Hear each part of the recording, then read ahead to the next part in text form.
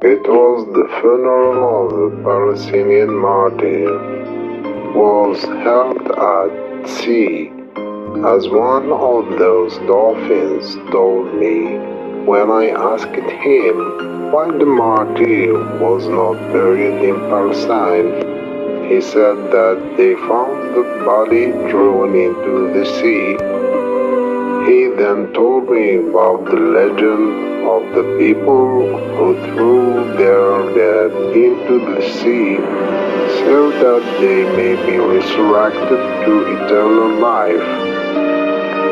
Again, I then asked him if that was part of the beliefs of the Palestinian people. He replied that the relatives of this martyr did not yet know that he had died, and that they considered him missing.